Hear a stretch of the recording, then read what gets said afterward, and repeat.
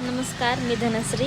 मी तुम्हाला दैनंदिन जीवनाविषयी येणाऱ्या अडचणी आणि त्यातून बाहेर पडायचा एक फॉर्म्युला सांगणार आहे.